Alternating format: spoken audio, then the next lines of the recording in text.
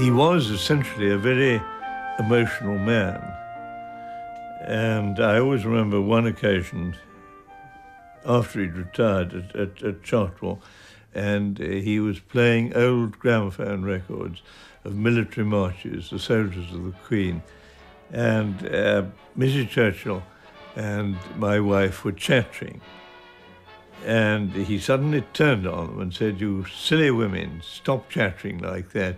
You don't know what this means to me," and burst into tears.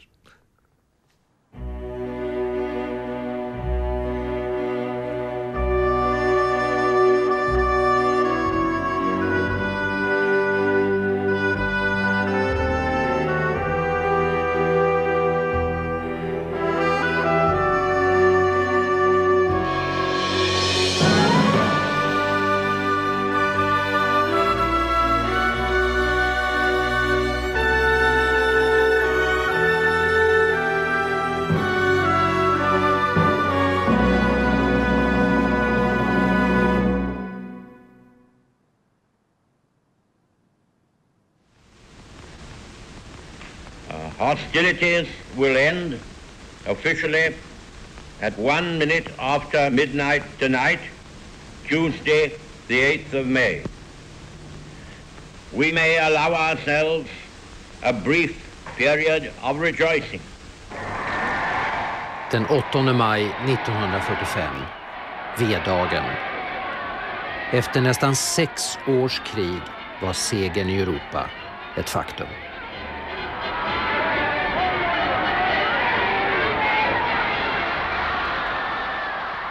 Men Winston Churchill hade knappast tid att njuta av stunden. Den koalitionsregering han lett var på upphällningen. Fram till valet den 5 juli skulle han leda en expeditionsministär. Och samtidigt som han försökte vinna valet på hemmaplan så måste han ägna tid åt fredsbygget i Europa och kriget mot Japan.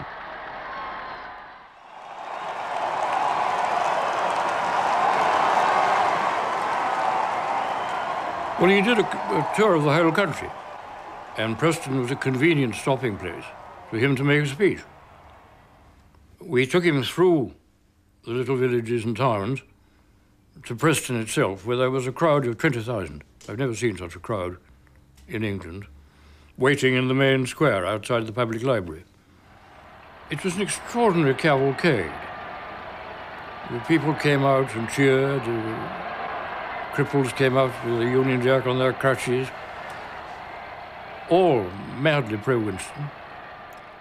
Ingen som sett vad jag har sett kan tvivla på valutgången, sa Churchill till en god vän. Men Clementine, som var med på valturnén, hade sina tvivel. Bakom de främre leden ser folk vaksamma och till och med fientliga ut, konstaterade hon. There was a lot of feeling in the forces and in the factories that we wanted to make a fresh start, that we were not happy with the depression years, that we were not happy with the times of unemployment, and that we ought to be trying to make a new start. There was a long background in the 30s of extreme poverty, very high unemployment, all under a coalition government which had been predominantly conservative, and the feeling was that if the Tories got back, it would mean reversion to many of the miseries of the 30s. More than 350,000 families in England and Wales are living in insanitary and crowded homes like these. In London alone, 70,000 families, often many in a bed. Churchill kunde ha förbättrat partiets image om han ställt sig bakom Beveridge-rapporten, ett populärt program som uppmanade regeringen att satsa på välfärdspolitik. We must strive to give everybody greater security against poverty, unemployment, sickness and old age. Churchill stödde halvhjärtat kraven på reformer, men hans vaga löften hamnade i skuggan av hans vildsinta attacker på de tidigare koalitionsbröderna inom Labourpartiet. No socialist system can be established without a political police. They would have to fall back on some form of Gestapo. The country had seen a good war victory run by Churchill and his colleagues in the cabinet, Ernest Bevin and Attlee and the others, who'd been sitting there helping to win the war. And although Churchill had played the most prominent part in that, nobody could deny that, some of his colleagues there had played a very big part too. And for Churchill to come out then the next day, week or so, and talk as if Mr. Attlee was going to start to run a Nazi Gestapo, well, it was ludicrous. We laughed at it because here was little Attlee, who Beaverbrook said when he was in cabinet, never said anything but yes sir, yes sir, yes sir to Churchill all the time, apparently going to organise a Gestapo. Well, it was ludicrous, of course, nobody believed it at all. It was a terrible gaffe. Den 5 juli, knappt 2 månader efter krigsslutet i Europa, gick britterna till val.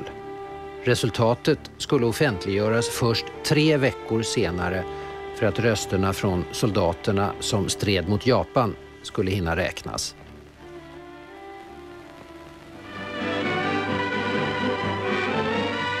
Den 26 juli, dagen för valresultatet. Mary och Clementine Churchill var med om rösträkningen i Winstons valkrets. Motståndare var en oberoende kandidat eftersom både Labour och Liberalerna hade avstått från att utmana Churchill. The one candidate who was standing was a sort of unnamed crackpot. And as we came out of the count, my mother said, "This bodes very badly."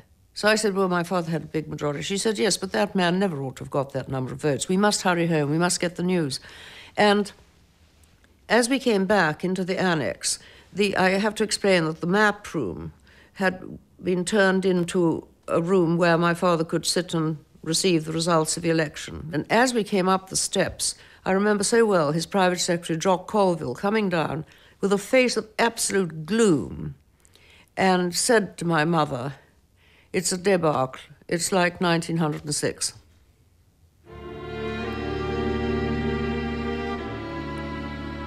Clement Attlees Labourparti vann en jordskredsseger i valet 1945. För Churchill, som hade lett England i dess mörkaste stund, var det ett bittert nederlag. We all repaired, rather tail between legs, to Chequers for a last weekend. We were mostly family, and it was not a very happy weekend. We played gramophone records for my father. It was beginning to enter really into him, the great sort of personal humiliation side of it. När helgen var över skrev familjen Churchill sina namn i gästboken på Chequers. Winston skrev sist och under sitt namn skrev han Finis. Nederlaget gick särskilt ut över Clementine. Till sin dotter Mary skrev hon: I'm finding life more than I can bear. He is so unhappy, and that makes him very difficult. In our misery we seem, instead of clinging to each other, to be always having scenes. Churchills favoritdotter Sarah gjorde honom sällskap under en semester vid Comosjön i Italien. 2 dagar efter ankomsten skrev hon till sin mor: He's going to start a new picture today. I really think he is settling down. He said last night, "I've had a happy day." I haven't heard that for I don't know how long.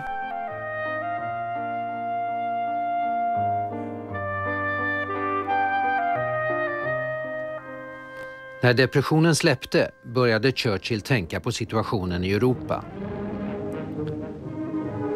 Mot slutet av kriget hade Stalin gjort Churchill allt mer betänksam. Och när sedan Stalin påtvingade länderna i Östeuropa kommuniststyre kom Churchills värsta farhågor att besannas. På inbjudan av USAs president Truman höll Churchill i mars 1946 ett tal vid University of Missouri i Fulton. From Stettin in the Baltic to Trieste in the Adriatic, an iron curtain has descended across the continent. Behind that line lie all the capitals of the ancient states of Central and Eastern Europe. From what I have seen of our Russian friends, I am convinced that there is nothing they admire so much as strength. It was a wake-up call and made a lot of Americans realize for the first time the problems we were facing with the Soviet Union. Nobody else other than Churchill would have had that impact. No American speaking would have had the impact that Churchill did at that point, simply because of the enormous regard that the American people had for Winston Churchill. It's the same wherever he goes. His appearance in Copenhagen draws enormous Danish crowds. To the nations of Europe, he represents the Britain of their trust. De krigshärjade länderna på kontinenten hoppades återigen på Churchills ledarskap, men han gav bara ett retoriskt stöd för tanken på ett enat Europa. I hope to see a Europe where men of every country will think as much of being a European as of belonging to their native land. Churchill thought Europe ought to unite, but like many English people, he thought that Europe stopped at the Channel. And he disillusioned many of his supporters in Europe when, having proposed that there should be a European army, he made it clear that Britain shouldn't be part of it. And I will never forget him making this clear when he spoke at Strasbourg in 1949. The sense of being let down was absolutely palpable.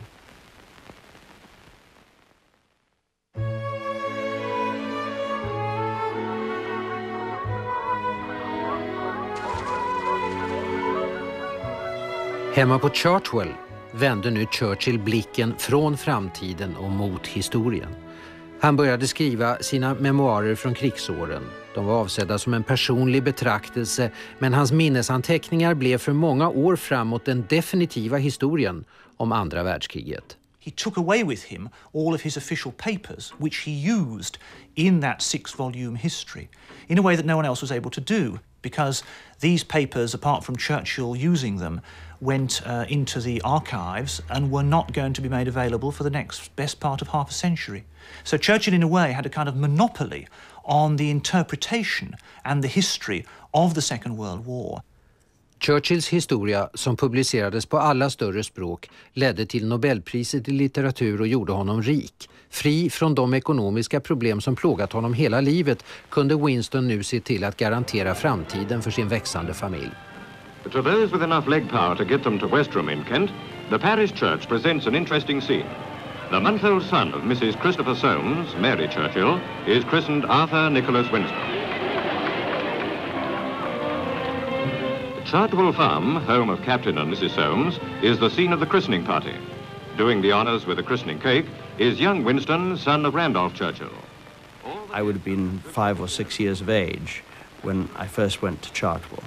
And I well remember going in to see him in his bedroom about 9 or 9:30 in the morning, and through wreaths of cigar smoke, one would see the venerable grandpapa tucked up in bed, who would be peering at one over his half gold-rimmed spectacles, puffing away at his cigar, dictating to a secretary. Anyway, on my arrival, he would dismiss the secretary and say, "Now, Winston, what shall we do today?" And there were certain things that were inevitably on the agenda, like visiting the Golden Orf, his wonderful huge goldfish, and the black swans, which are the gift of the Australian government. And then we would end up in the farmyard where he would get his walking stick and scratch the backs of the pigs. He had great empathy with the pigs, and he said to me, "Winston, always remember that a cat looks down on man, a dog looks up to man, but a pig will look you in the eye and see his equal." Precis som på 1930-talet var Churchill centrum i familjen Churchills liv. Bland besökarna fanns Churchills äldsta dotter Diana och hennes man Duncan Sands och Randolph Churchill. Men familjelivet hade ändrat karaktär. Christopher Soames hade blivit allt mer som en son för Winston. When we first married, he managed the farms for my father, and they became very close. And all sorts of things that Christopher was interested in, Papa had forgotten he was interested in. For instance, he bought a little tiny stud not far from here and bred some quite famous horses, High Hat and Vienna. And he and Christopher used to go off. Mummy and I were deeply bored by racing. And so the two boys used to go off and have a lovely time at the races together. Samtidigt som Christopher blev Winstons närmaste förtrogne blev sonen Randolph allt mer av en belastning. Åren efter kriget hade varit en besvikelse för Randolph. Han hade förlorat sin plats i parlamentet och skilt sig från Pamela Churchill. Inte heller giftermålet med June Osborne eller dottern Arabellas födelse hade lyckats tämja honom. It was rather like walking around hand in hand with a volcano. You never knew when, out of a clear blue sky, there wouldn't be the most monumental eruption, particularly if he had one or two glasses of whiskey. He could be terribly rude to waiters. And I said, well, you oughtn't to do this. And he said, well, it makes no difference. I'm equally rude to dukes. I say what comes into my mind. Several people claim to be the person who first said, there is no more frightening phrase, except perhaps war has been declared, than the phrase, Randolph Churchill has just arrived at the party. Because as soon as he came in, there he was, insulting people, upbraiding people, asking them questions, and the whole sort of disturbance ran through the party. You could chart his movement. Randolph tog snart chansen att fresta lyckan på nytt. I parlamentsvalet 1950 ställde han upp i Plymouth, Devonport. Conservative candidate was Randolph Churchill, Winston's only son, former MP for Preston and wartime paratrooper. His opponent was Michael Foote, socialist son of the Liberals' elder statesman Isaac Foote. Randolph was a very old-fashioned, wonderful electioneer. He would hurl everything at you, and that was the tradition in which he'd been brought up. Randolph bjöd gott motstånd i Devonport, men gjorde inte allt som krävdes för att vinna ett tufft val. The idea of canvassing, knocking at a door and saying, will you vote Tory, was absolutely alien to his way of thinking, I mean, he hated the Conservatives there because they wanted him to knock at doors and say, may I have your vote, please? This was completely beneath his dignity. I recognize our opponents are also opposed to the communists. Thanks, mate. We are both communists and the fascists. Here, here. Churchill var nära att föra de konservativa till seger 1950. Men hans darriga uppträdande övertygade många, inklusive framträdande partivänner, att han var för gammal för att fortsätta att leda partiet. And to set the people free. I have to say a word. Where's your policy? Men Winston struntade i deras betänkligheter och bestämde sig för att fortsätta. Vilken envishet, sa Randolph som hade förlorat till Michael Foote i Devonport. 99 personer av 100 hade lagt av, men inte han.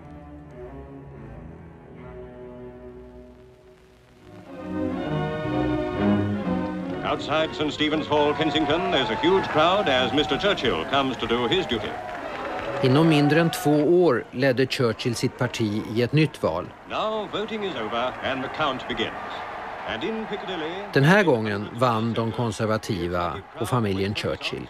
Winstons svärsöner Duncan Sands och Christopher Soames valdes in i parlamentet. Bara Randolph misslyckades med att bli vald. Morgonen därpå firade familjen. Champagne was poured and passed around, and Churchill put his hand down, knowing full well that the dog was there, and he said, "My dear Rufus, we shall now be going back to number 10 Downing Street. You are a lucky dog." And now perhaps there may be a lull in our party strife, which will enable us to understand more of what is good in our opponents, and not to be so very clever at finding out all their shortcomings. När han blev premiärminister för andra gången skulle Churchill just till att fylla 77 år. Det hade varit en ansträngande valkampanj och Winston var utmattad. Det kommer att fresta på, sa Clementine, men han har en obändig vilja. I think she was uneasy about his health, distinctly uneasy. In many ways, I think she didn't want him to become Prime Minister for the second time. I think she'd in many ways preferred that he did not do so. She was tired by then, and the thought of struggling back into Downing Street, and, you know, she supported him loyally, but her heart was not in it. She thought he oughtn't to have gone on. He was far past his best. He could still make brilliant jokes, and he was still the one politician who had poetry and vision in the parliament of his time. And from that point of view, he was interesting, but he'd ceased to pay close attention to what was going on. Being around at that time, I mean, I think one did realise that Winston wasn't certainly at the height of his powers. But there was still this feeling that, rather like a volcano, that at a certain point with a certain challenge, he could produce an incandescence as nobody else could. Now comes the first cabinet meeting. Captain Cruikshank is the new health minister and deputy leader of the House. Wartime expert Lord Leathers will supervise fuel, power and transport. Churchill fyllde regeringen med gamla vänner och gav dem fria tyglar vad gäller detaljfrågorna, men själv angav han tonen. If you would ask what was the principal theme of Churchill's government at home after 1951, it was the search for a quiet life. He wanted life to be peaceful at home so that he could pursue his great objective of détente with the Soviet Union.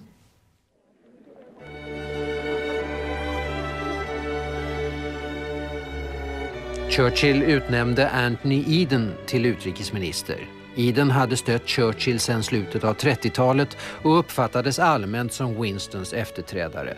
Hans giftermål med Churchills brorsdotter Clarissa 1952 befäste en redan nära vänskap.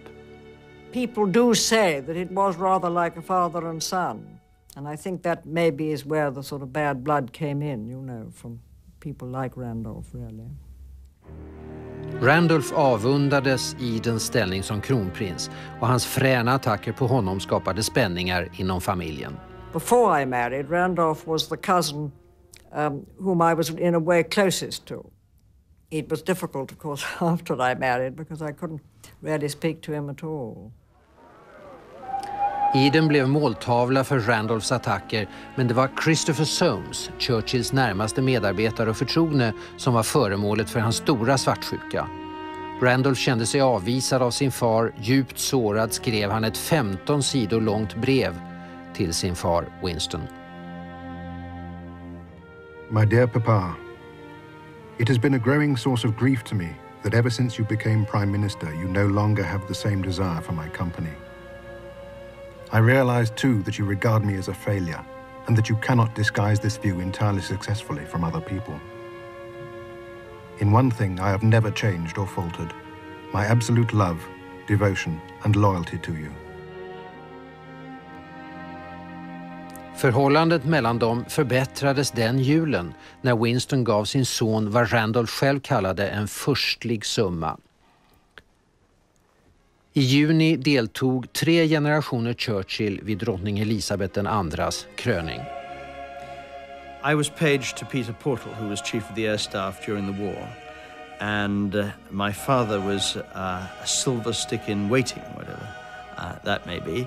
And my grandfather was there in his coronation robes as Prime Minister. And I had occasion to walk very close to Her Majesty, and she was radiantly beautiful. And I can well understand how my grandfather was head over heels in love with her.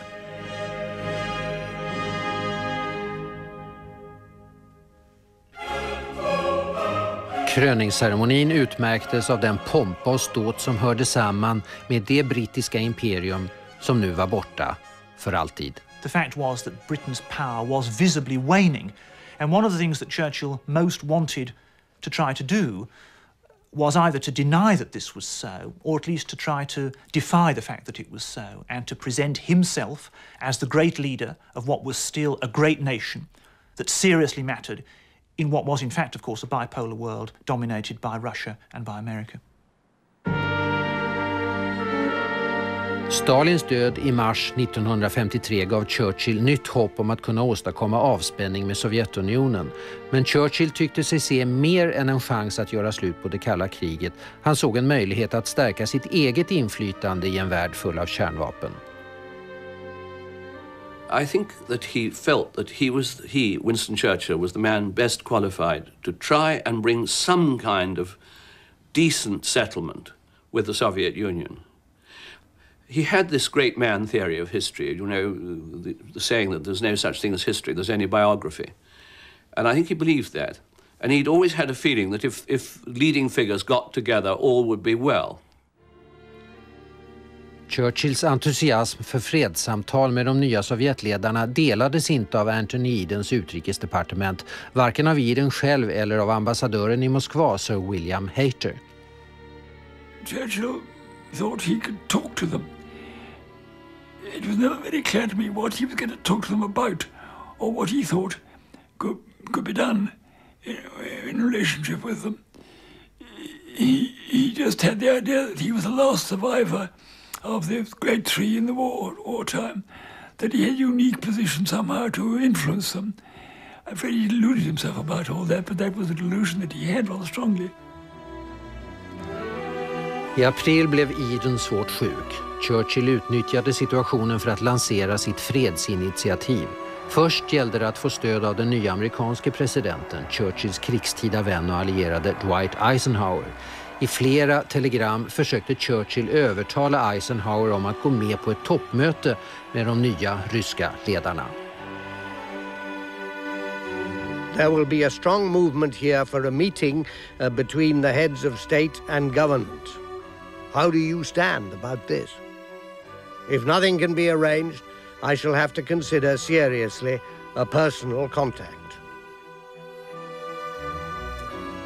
Eisenhower gick med på att träffa Churchill på Bermuda i juli för att diskutera förutsättningarna för samtal med ryssarna. Churchills dröm om att få slut på det kalla kriget hade kommit ett steg närmare ett förverkligande. Den 23 juni var Churchill värd vid en middag för den italienske premiärministern Alcide de Gasperi, hans sista officiella engagemang före resan till Bermuda. Mot slutet av middagen blev Churchill ostadig och började sluddra. På eftermiddagen, dagen därpå, blev han körd till Chartwell på Clementines begäran. När han kom fram 2 timmar senare var hans vänstra sida förlamad. Den helgen trodde man att Churchill skulle dö. The doctors, Russell Brain and Lord Moran, drafted a medical bulletin for the press in which was mentioned that he'd had a circulatory problem. And to anybody who knew anything about it, that meant a stroke. Familjen Churchill hemlighöll bulletinen och under de följande 30 åren förblev Churchills slaganfall en väl bevarad hemlighet. 3 press barons who were his close friends, I don't know how close they were to each other, but on this occasion they were close. Lord Camrose principally, who was the Daily Telegraph, his very great personal friend Brendan Bracken, and Lord Beaverbrook all arrived very soon at Chartwell over that weekend. And in some unique and extraordinary manner, they, for want of a better word, they gagged the press. I början undanhöll man sanningen för att vinna tid så att Anthony Eden skulle hinna återhämta sig efter sin 3:e operation. I think it was thought that Winston probably wouldn't survive, and that if Anthony had not been so desperately ill at that time, I presume that the transition would have probably taken place fairly soon. As it was, there was this sort of caretaker government set up. The boxes arrived, I remember them piling up in the office, and slightly a feeling of how are we going to cope with this? And Christopher Soames and Jock Colwell sat down at the table in the office and they just went through each piece of paper and dealt with it. And there was no problem. I went to see Soames in his little office, which is next to the Prime Minister's office in the House of Commons. And while we were talking, his secretary came in and said, Lord Winston's on the line.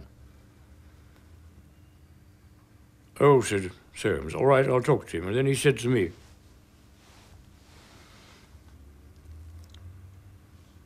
and I heard him say to Lord Walton, just hold on a minute, I'll go and ask the Prime Minister.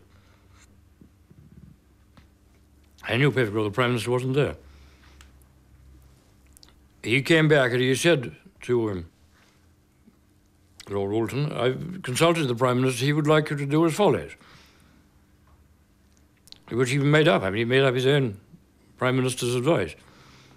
Christopher Soames did a lot of the signing when he was out for 3 or 4 months. Did a lot of the signing of the letters, produced a wonderful Winston S. Churchill signature.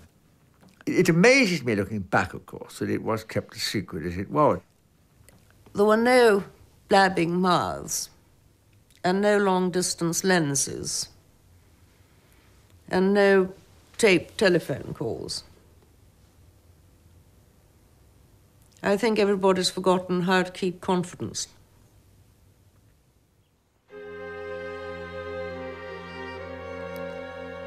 På Chartwell misströstade Churchill. Det är besynnerligt att jag ska behöva gå så här från morgon till kväll som en bunt gamla trasor, sa han till en god vän.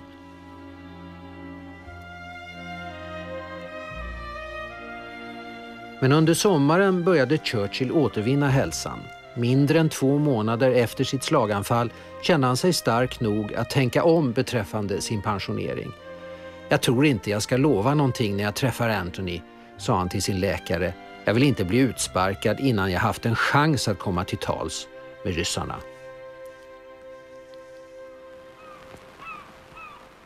Churchill tänkte utsätta sig själv för ett test i de konservativas partikongress i Margate den 10 oktober.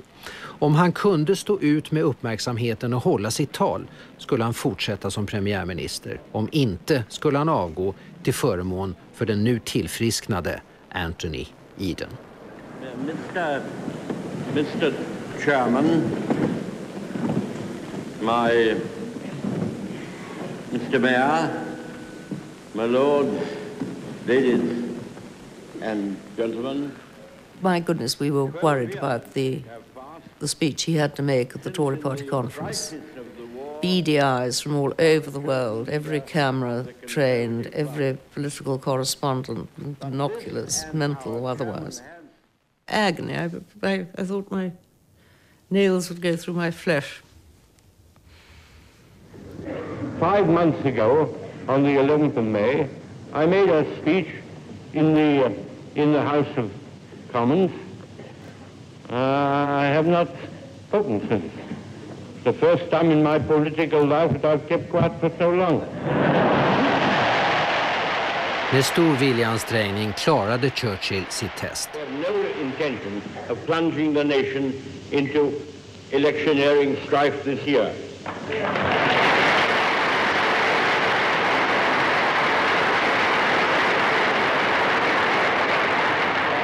And indeed, so far as my immediate knowledge is concerned, that applies to next year too. Han skulle fortsätta som premiärminister och han skulle återuppta arbetet på att förverkliga sitt främsta mål, skapandet av en säker och varaktig fred.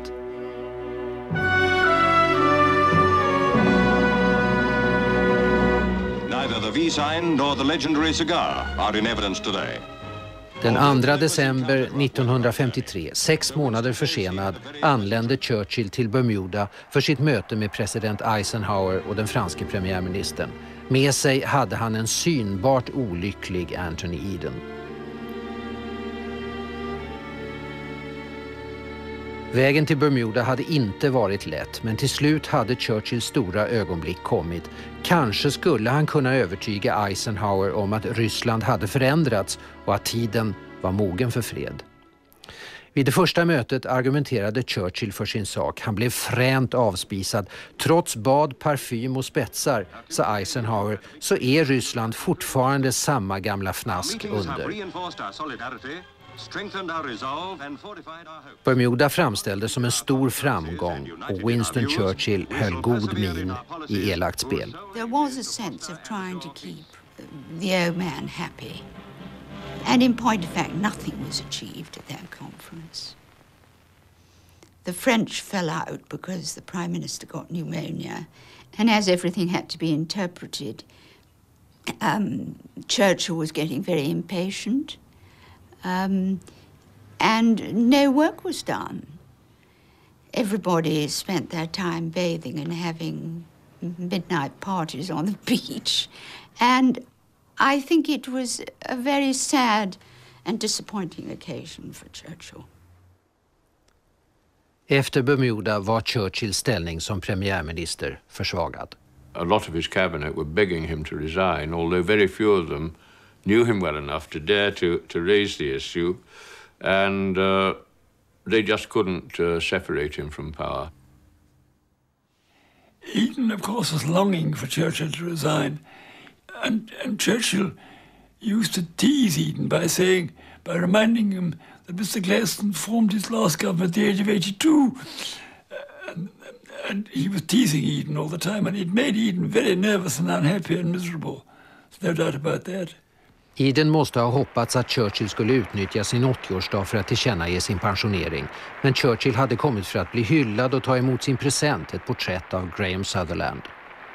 My parents were very nervous, and anyway, we all arrived. I was 8 years old, but can fully remember the tension and the worry that was going on about this portrait, because clearly everyone had discovered that it was not what you could call flattering. On behalf of both Houses of Parliament, Prime Minister, I ask you to accept this portrait.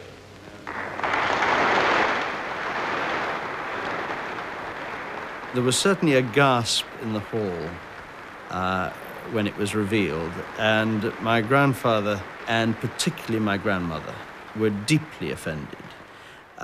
It was done in sickly shades of green and yellow. He's slumped in a chair. There's a hint of an undone fly button. The portrait is a remarkable example of modern art.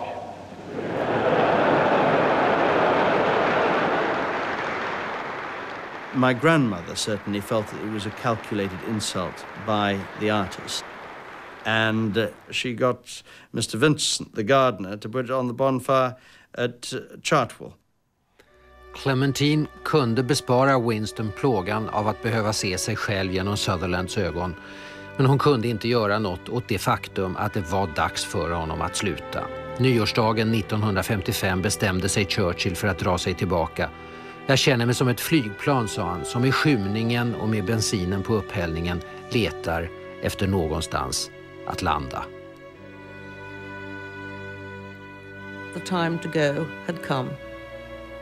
And so, in April 1955, he went.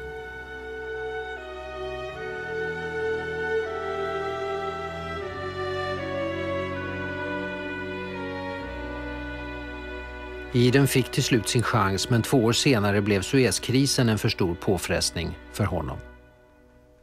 Churchill var djupt bedrövad. Han hade ägnat sitt liv åt att bevara det brittiska imperiet, men nu var han maktlös att förhindra dess sammanbrott. He virtually withdrew. He had his house at Hyde Park Gate. He used to give little lunches and dinners. But he was getting increasingly deaf. And although they went on sending him the Foreign Office telegrams, he was getting out of touch, really, with what was happening in the world. He saw people occasionally, but the great days were over, and he knew they couldn't come back again.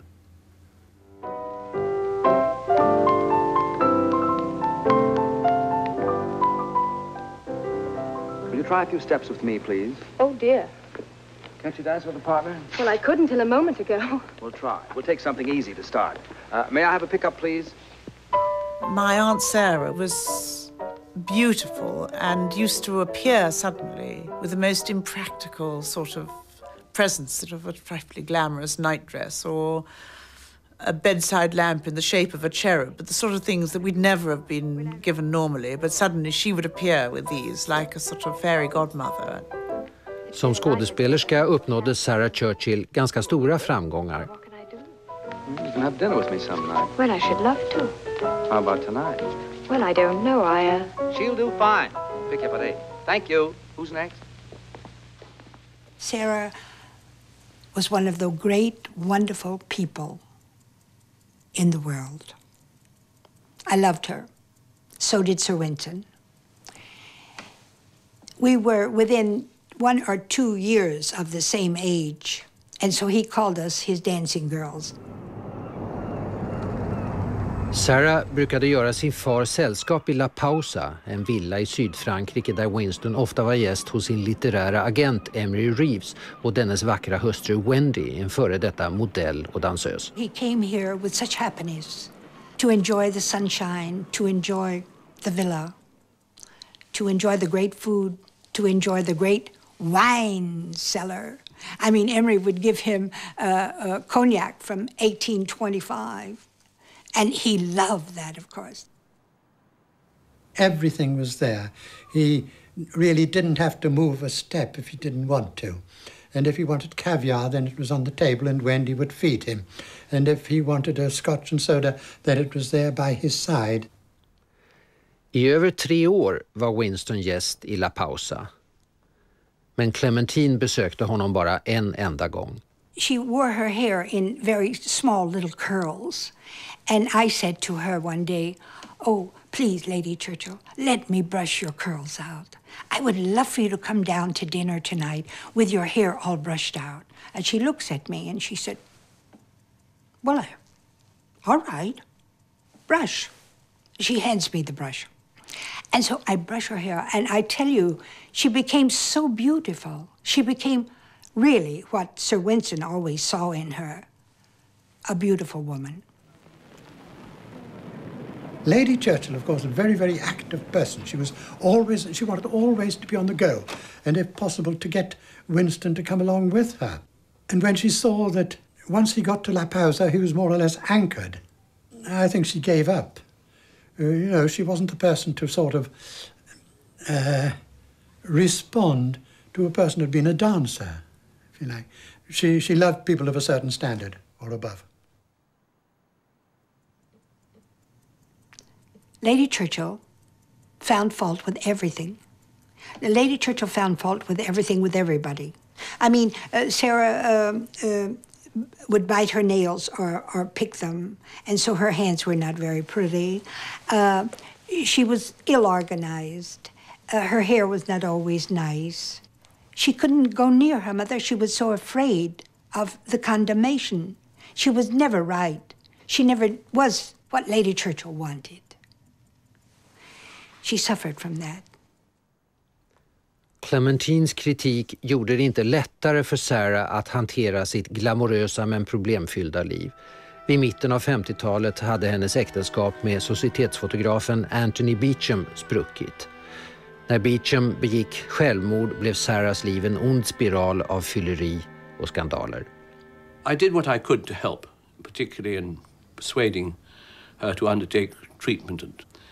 And she was quite willing, quite amenable, but it didn't work. And she'd said to me finally, I remember, "You're wasting your time, Anthony. Alcohol is part of my life."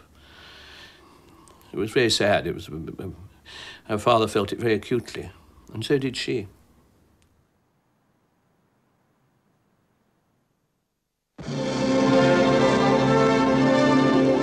Monte Carlo was delighted on the day before the golden wedding anniversary when Sir Winston and Lady Churchill paid a surprise visit with members of their family. I september 1958 gjorde Randolph och dottern Arabella, Winston och Clementine sällskap på deras 50:e bröllopsdag. Med åren hade förhållandet mellan far och son förbättrats. Med pengar från Churchill-stiftelsen köpte Randolph ett hus i East Bergholt och bytte det hektiska livet i London mot livet som godsägare på landet.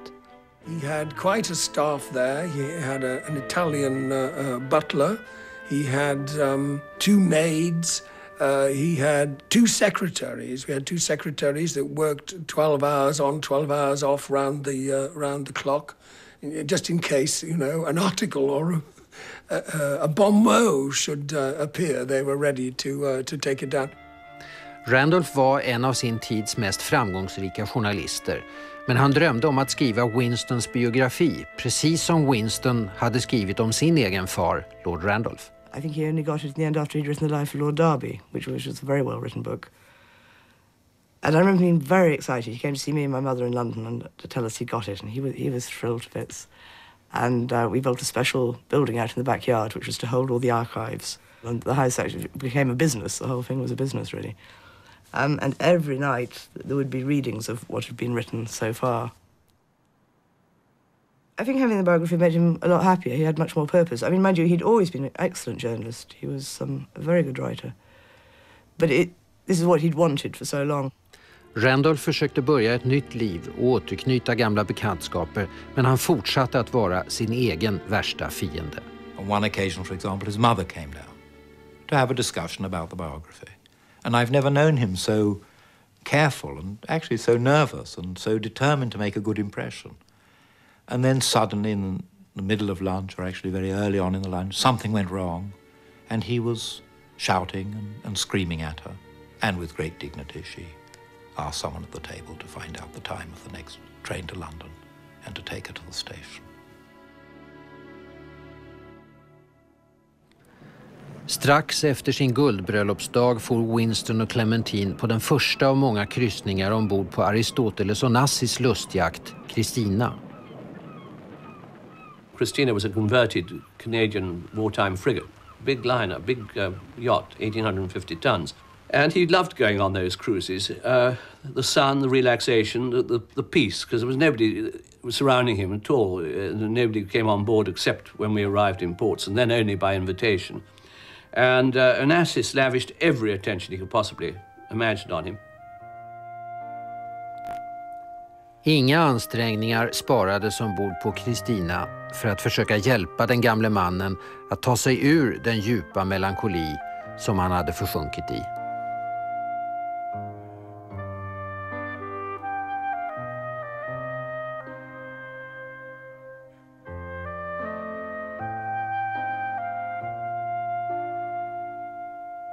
He became dreadfully deaf, very seriously deaf. And in a buzz of conversation, he couldn't hear anything anybody was saying and therefore fell silent and took no part. I don't think he would ever call him senile in the proper, full medical sense of the term. I don't think that was so.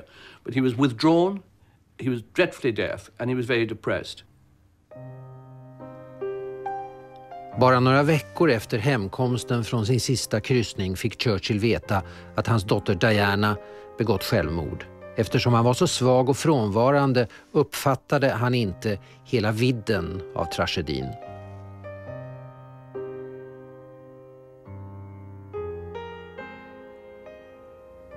He was tired of life, but he was a very peaceful person to be with. He was very warm and very affectionate.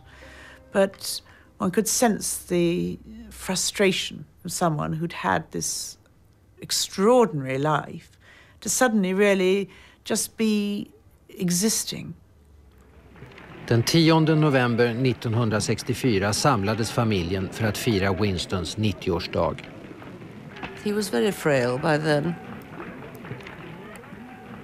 A little crowd gathered outside 28 Hyde Park Gate, and he came to the window to wave to them. And then in the evening, my mother gave a lovely party, and I know he was pleased to see us there. But I think we knew it was the last party. 6 veckor senare drabbades Churchill av ett massivt slaganfall. Han dog den 24 januari 1965, på dagen 70 år efter sin far, Lord Randolph.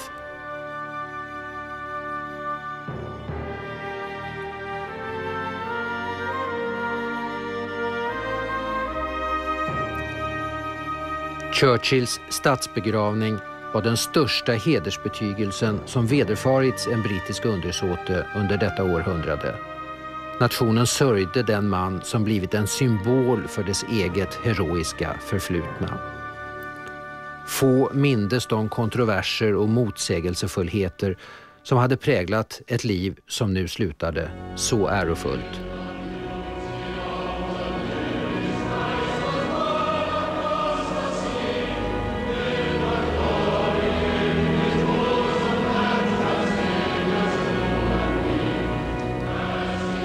Randolph Churchill dog 57 år gammal och överlevde sin far med bara 3 år. Clementine överlevde sin make med 12 år. Länge nog för att få se sonsonen Winston bli invald i parlamentet.